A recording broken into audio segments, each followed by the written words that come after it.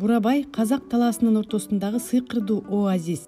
Кемчиликсиз жаратылышы, таза абасы, тунук көлдөрү, сырдуу тоо чокулары жана жашыл ийне жалбырактуу токойлору менен ар бир адамды өзүнө тартат. Ал бекеринен Казакстандын асыл ташы деп аталган эмес. Кереметтүү жаратылышы бар аймак миллиондогон жылдар мурун мөңгүлөрдүн эришинен пайда болгон дешет.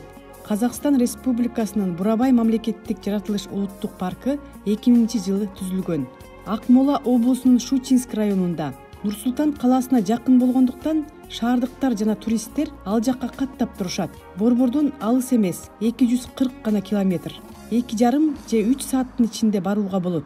Бийик тоолор, көгүлтүр көлдөр, карагай кайыңдар аймакка көрк кошуп турат. Паркта жаныбарлардын 305, өсүмдүктөрдүн 757 түрү бар. Анын жалпы аянты 83.510 гектарды түзөт. Өзгөчө система боюнча корголуучу жаратылыш жайларынын катарына кирген мамлекеттик мекеме. Аймакта мейманканалар, курорттор, эс алуу үйлөрү орун алган. Жай айларында бул жакта бөлмөлөр ижарага берилет. Балдар лагери да иштейт. Жыл сайын Казакстандын бардык аймактарынан, ошондой эле алыскы жана жакынкы чет өлкөлөрдөн келишип, ден соолуктарын чыңдашат. Көлдүн булуңундагы жумбак таш тоосу Бурабайдын символуна айланган. Тоонун жүзү бир жагынан кызды, экинчи жагынан эркекти элестетет. Ажайып көлдөр, кооз тоолор, кайталанкыс формадагы аскалар жана карагайлуу токойлор, дарлык касиети бар аба бул көптөгөн муундар бою ооздон оозго өтүп келе жаткан уламыштарда чагылдырылган. Бурабайдын тарыхыяты казактын бура деген сөзүнөн келип чыккан, төө дегенди билдирет. Ал эми Бурабай деген аталышты 18-кылымдын аягында орус мигранттары коюшкан. Бул эки сөз окшош болгону менен бири-бирине эч кандай тиешеси жок. Бирок көптөр орус жана казак тилдеринде айтылган бир аталыш деп ойлошот. Бурабайдын ар бир ташы уламыштарга негизделип, өзгөчөлүктөрүнө жараша ат коюлган. Ок жетпес жумбак таш туристтердин сүйүктүү жайына айланган ок жетпес асканын бийиктиги 300 метрдей. Анын формасы 3 бурчтуу.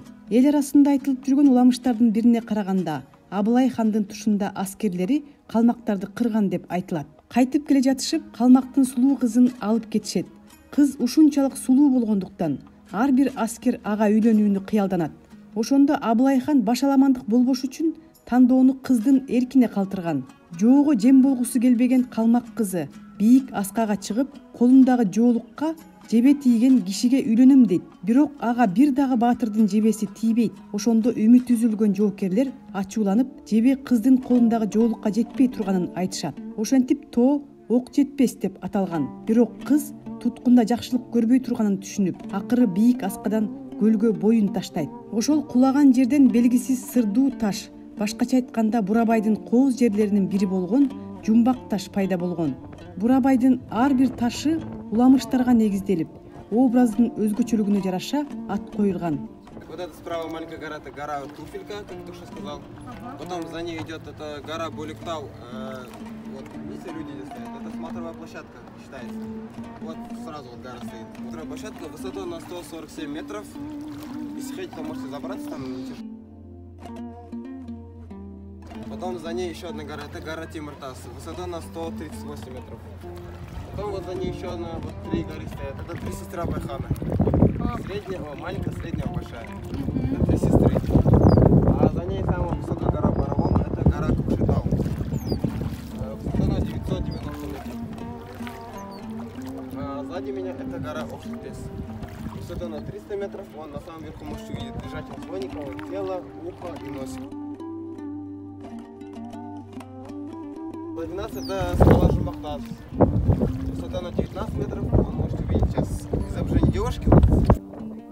Бурабай көлдөрүнө Бурабай, Шортаны, Чоң шабакты, Кичи шабакты, Котыр көл кирет. Мындан тышкары Сары Арка жана Көкшетау тоолорунун ортосунда бири-бирине жакын жайгашкан чакан көлдөрдүн тобу бар. Алар суусунун тазалыгы менен айырмаланышат.